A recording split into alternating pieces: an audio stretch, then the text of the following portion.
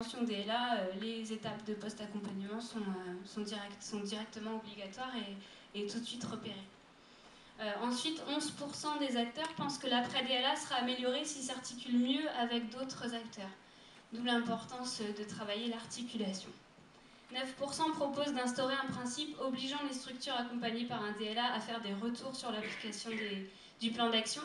Donc là, c'est vraiment un critère qui revient souvent et qui montre aussi l'importance pour les prestataires DLA d'avoir des retours sur les accompagnements réalisés. Pour d'autres acteurs, c'est en adaptant l'accompagnement à lui-même dans ses coûts, sa durée, que le post-accompagnement sera amélioré. Puis dans le même ordre d'idée, plus l'implication de la structure dans son DLA sera importante, plus le post-accompagnement sera facilité. Et puis enfin, certains acteurs proposent des solutions intéressantes pour rendre le post-accompagnement plus facile, comme par exemple créer des services après accompagnement, des services mailing ou téléphoniques pour répondre à des structures qui se poseraient des questions, ou encore développer des accompagnements collectifs ou développer des accompagnements à s'éteindre pour des structures en grande difficulté. Alors, quelles sont les propositions, les suggestions d'amélioration des acteurs sur l'articulation DLA autre offre d'accompagnement?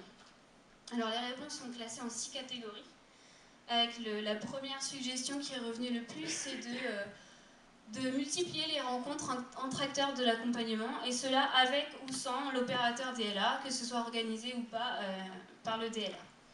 Ensuite, les acteurs proposent de créer toujours plus de partenariats, de chartes de partenariat, d'échanges entre le DLA et les acteurs de l'accompagnement. La communication sur le DLA auprès de ces autres acteurs est aussi une préconisation, comme la clarification de la place et du rôle des acteurs